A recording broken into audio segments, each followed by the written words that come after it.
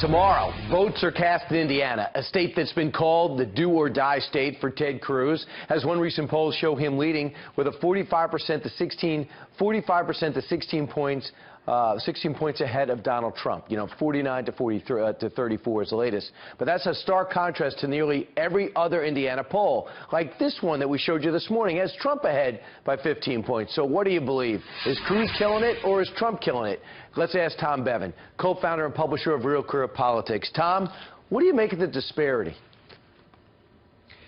Look, Brian, I mean, every time you have a chance of getting a poll that's an outlier, and that's why you can't just look at one individual poll. You got to take a look at the whole picture. We have 5 other polls in Indiana taken during roughly the same period of time that show Trump with leads of anywhere from 2 to 9%. So on average, he's up about 4 points. And so I think you look at that, and you got 6 polls favoring Trump, 1 poll favoring Cruz, and you have to say, well, the odds are, could those 6 polls favoring Trump, could they all be wrong? Sure. But I think it's far more likely that the one poll that says Cruz is up big is probably the one that's the outlier. And on balance, I think Trump has probably got a lead heading into tomorrow night. So we're looking at your poll. The Real Clear average is 39.1 to 35 to 17 for John Kasich. There's been a few events that have happened since the New York primary that I think are significant, and of course the 5 for 5 for Trump, and that is the naming of Carly Fiorina and the Kasich-Cruz alliance.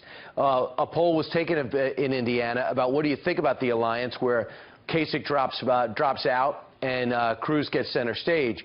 34% approve, 58% disapprove. So on that, it looks like it blew up, correct? Yeah, I mean, we have that data. It looks like the couple of Hail Marys that Ted Cruz threw last week sort of fell incomplete and haven't reset or changed the dynamic of this race. There's other anecdotal evidence. Frank Luntz did a focus group for Megyn Kelly's show last week, and a couple of folks who were Kasich supporters didn't go to Cruz, they actually went to Trump. So we've seen a lot of that going on, and I think it just really hasn't accomplished what Ted Cruz hoped to accomplish coming out of Trump's victory last week. I sense that Bobby Knight has such gravitas in Indiana by him coming out, which he almost never does, and then campaigning with. Can you sense what kind of impact that made?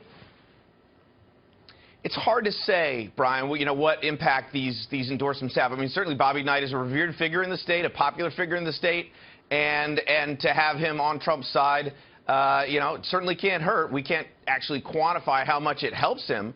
But Indiana was a state that was sort of, splitting. It looked like it might set up well, parts of it for Cruz, but parts of it have really stayed strong for Trump, particularly evangelicals. He's splitting the evangelical vote with Ted Cruz, and whenever he's done that in this contest, he has fared well when that happens.